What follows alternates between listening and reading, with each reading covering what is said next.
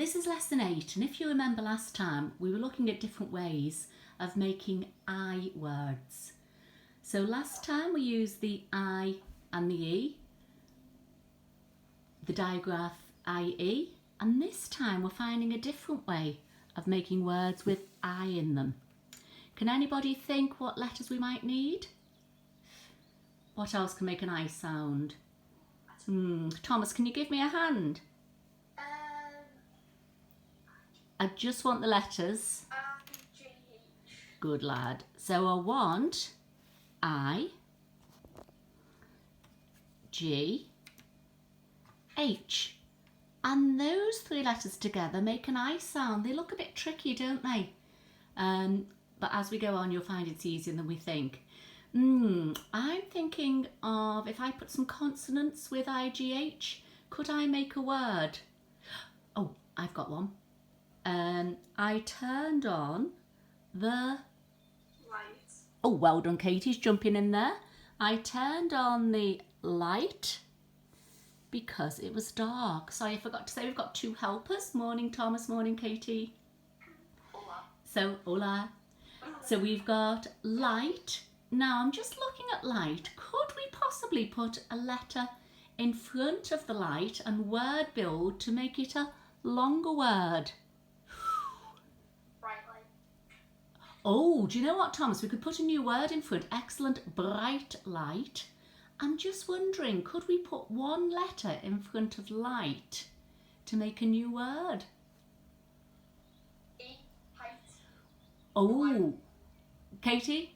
Light. For light. So let's get our F. There you go. The bird was in for light. If we take away the F and put it back in our alphabet arc, we've got light. Okay? So let's now go around the alphabet and see which other words we can make with it in them. Sometimes I do the alphabet in order to remind myself. So I'll put that L back as well. And I'm looking round. Okay. What about N? IGHT. Night. Night, well done. Now then, I'm just thinking today is St. George's Day.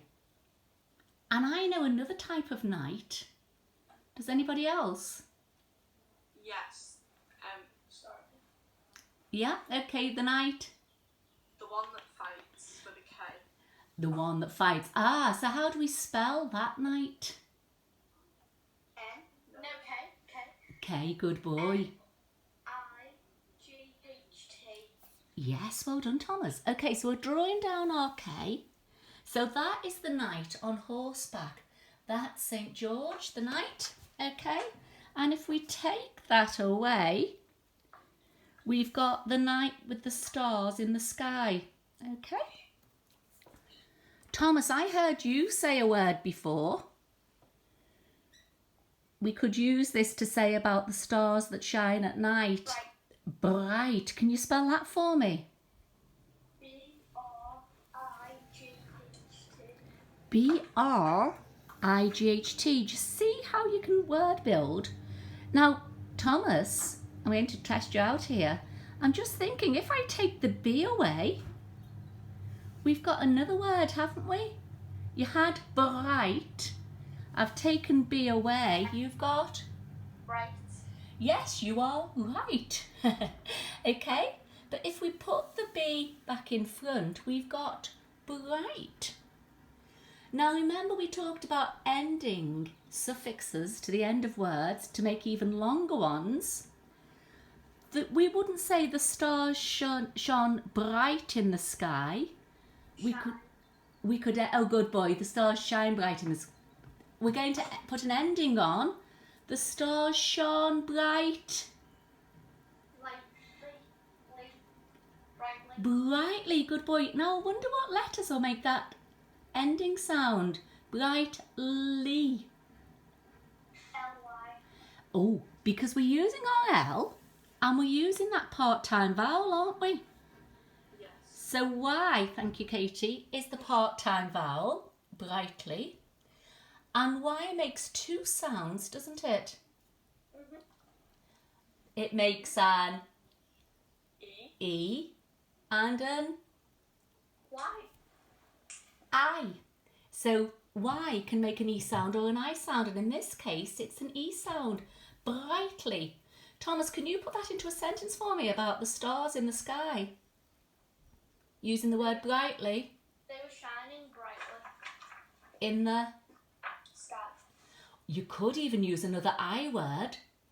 The stars were shining brightly in the night. Yeah. So if you're writing sentences, which is really handy after this lesson, one of them could be the stars shone brightly in the night.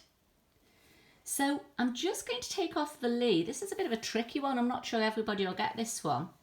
Could we add another ending to bright? Oh, Katie's got her hand up. ER. Oh, do you know what I did? That wasn't what I was thinking of, but that's an extra one. Well done, you.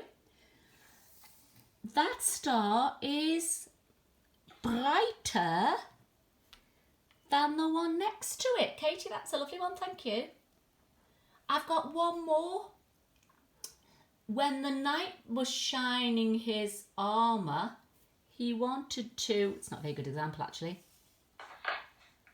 brighten it up. Or it brightens my day up seeing my two grandchildren on FaceTime. What about that one? Yes. Yes, you like that one. Okay, so let's take those away. So we'll put the B back in the alphabet arc, put the R back in. We're leaving our IGH, aren't we? Put our T back in, we'll put our N back in and our E back in.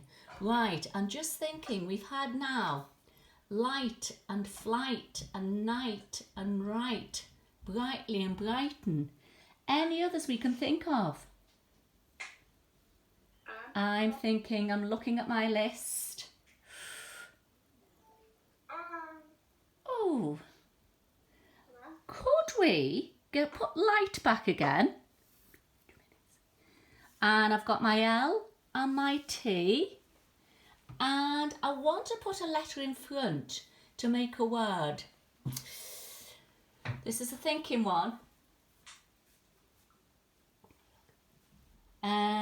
Ooh, we've had flight. All right. We've got light already. I think I'm going to win this one. Right. Pardon? All right, he said. Oh, all Thomas, that's brilliant. All right.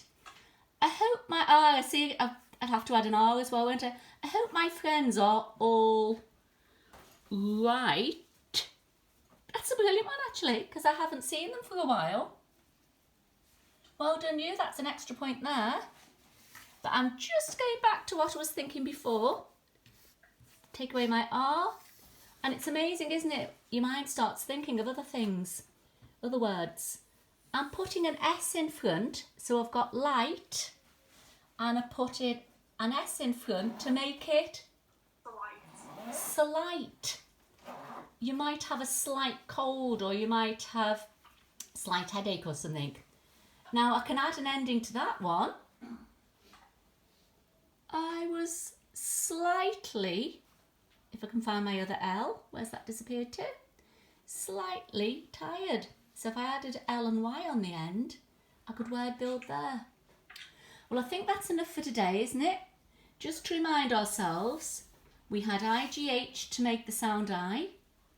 We could add T on the end and letters at the beginning, light and night, and slight, flight. So please make a list of these in your notebook and then make sentences. That's all for now. Thank you to my two helpers.